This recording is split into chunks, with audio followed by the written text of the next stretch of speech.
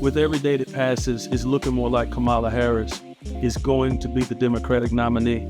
Some people like it, others don't. In this particular video, let's assume that she's won. If that's the case, she's already coming in at a deficit. She has to focus on those traditionally Democratic voters that are undecided or may have just decided they wanted to vote Republican. In this video, we're just gonna keep it simple and we're gonna focus on Black men. Welcome to the Mr. Wilson's Got a Headache podcast. I'm your host, Dennis the Menace. It's better to hear Black men say it for themselves, but before we get to those clips, do me a favor, hit the like button, leave me a comment, or just subscribe to the channel. Recently, I've been hearing the statement that Black people are the most reliable voting for the Democratic Party, or they have been at least. Today, we see a drift away from the Democratic Party. Hopefully some of the clips that you see will help lay to rest some of the misconceptions that people think about the Black male vote. Check this out. You want to shoot? Are you going to walk me through it? Yes, I am. That make you nervous? Yes. Okay. Am I responsible enough to do this? Are you responsible enough to vote, considering the consequences of that? Okay, let's do it. Black male voters are not monolithic in our ideology. We don't have the luxury, quite frankly, of focusing on one single issue. The United States saw three of its highest turnout elections in decades between 2018 and 2022. But when you drill into the 2022 data, you see Democrats' key strongholds, Black voters and young voters, had lower turnout.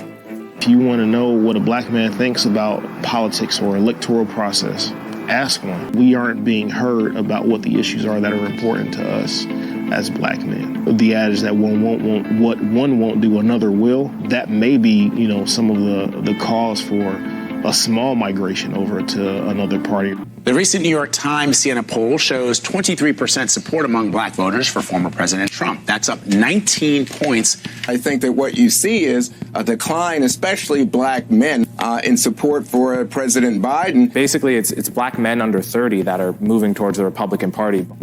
For me, one of the most important things that he said was that Black men don't all think the same. We come from different walks of life. We were raised different. But I want to go a little bit further than that. All Black men and Black women don't think about situations in the same way. It doesn't matter if you don't believe that people's complaints aren't real. The thing that matters is they exist and they can have consequences if not dealt with. She's going to have to listen to what men want and make it a part of her agenda.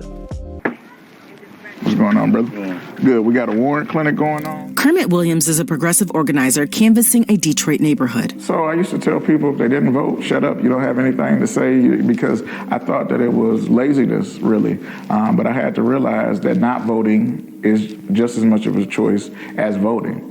I think that a lot of people are making that choice right now, not if they're going to vote Republican or Democrat. What I'm concerned about mostly is that there's a number of Black men that won't vote. Kermit says he's seen Black men targeted on social media with specific talking points. And so I started noticing that the algorithm and their YouTube clips or everything else used to have a commercial that was really leaning toward that conservative or culture war thing to say that Black men don't have a place. They had one social media influencer going so far to say, oh, the president doesn't make any difference in your life, so you should just vote for your state representatives and others. Black people, pull your minds out of the presidential election.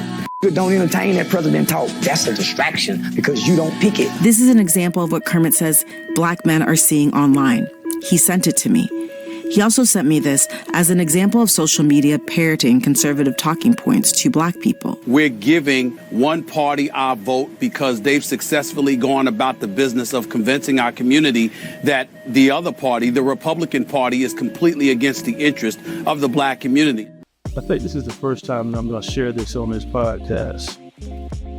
But I used to be heavily involved in the Democratic Party, from political campaigns for senators, governors, state senators, State House, U.S. House.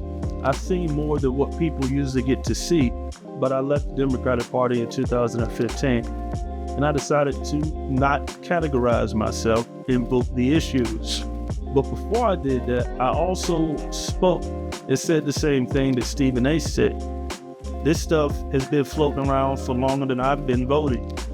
In this election, it seems like we have people who are standing on that this go around. And to this point, I haven't voted since 2016, but I'm voting this year. So that guy right there, he's speaking for the people he's around. And so he got a community. They all feel that way. If they all did not feel that way, he wouldn't have made that song. Put into a freestyle or in a rhyme your thoughts about the political process as it is and how they relate to black male voters. Tired of being oppressed. We want to be rich for life. We just want America to work. It don't matter if it's left or right.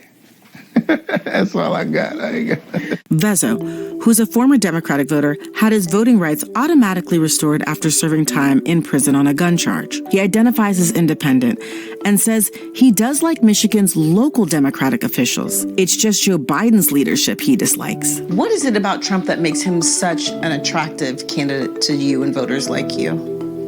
Honestly, what you see is what you get type of thing. We feel that we're not worried about him wearing a mask. He said no matter if it's left or right. And I think more people are feeling that way nowadays. One of the biggest issues for black men is the economy. Grocery prices up, car prices astronomical, housing prices through the roof. And that's a direct reflection of Joe Biden's presidency. But his vice president was Kamala Harris. So she has to take some of the blame for that. I think sometimes there's a group of people who believe that if they say it strong enough and they say it enough, period, that you have no choice but to believe it. And one movement that I believe is having a big impact on black men's vote is what people call the red pill or MGTOW. I haven't heard a lot of people politically say that. I've seen Vivek Ramaswamy mention it, and I've seen a few other people mention it in passing. So the point that I wanted to make on this video is that, like the first guy said, all black men don't think the same. We come from different walks of life, and in these clips, we saw black men from different walks of life come to the same conclusion. I'm not saying that Kamala Harris has to win all of those black men back. She could also pick up votes from a different group. But either way, she needs those votes back, no matter where they come from. So the only thing we can do now is have this information, be honest about it, and wait to see what she does. But again, I believe that if there's nothing done significant with the mind space that most men are in today, she won't be getting any of those votes, and she may lose some more. Trump also curried favor with Vezo by signing the First Step Act, a criminal justice reform bill aimed at improving conditions in federal prisons. First Step Act has been a great bipartisan effort. Communities will be safer by helping inmates gain the skills that they need to obtain jobs and stay out of prison. Everyone in prison loves Trump. When I went to prison, I hated Trump. I did not like him. I didn't want no parts of him. I think black voters have drove themselves to Trump, and I think Joe Biden have drove black voters to Donald Trump. It wasn't social media at all whatsoever. We didn't see Obama do anything like that. We didn't see Joe Biden do anything like that. We haven't heard Kamala Harris talk about it. And let's not forget that Kamala Harris was one of the most aggressive attorney generals in the country. There's been a lot of talk about the Supreme Court of California having to force her to do certain things. I'm not sure if you heard about that. We'll talk about that on another video. But Trump actually gave people the ability to reacclimate back into society before they left the walls and were homeless as soon as they hit the street. Now, I have heard of different Democratic movements that are working for things like that as well. So maybe that's a bipartisan issue.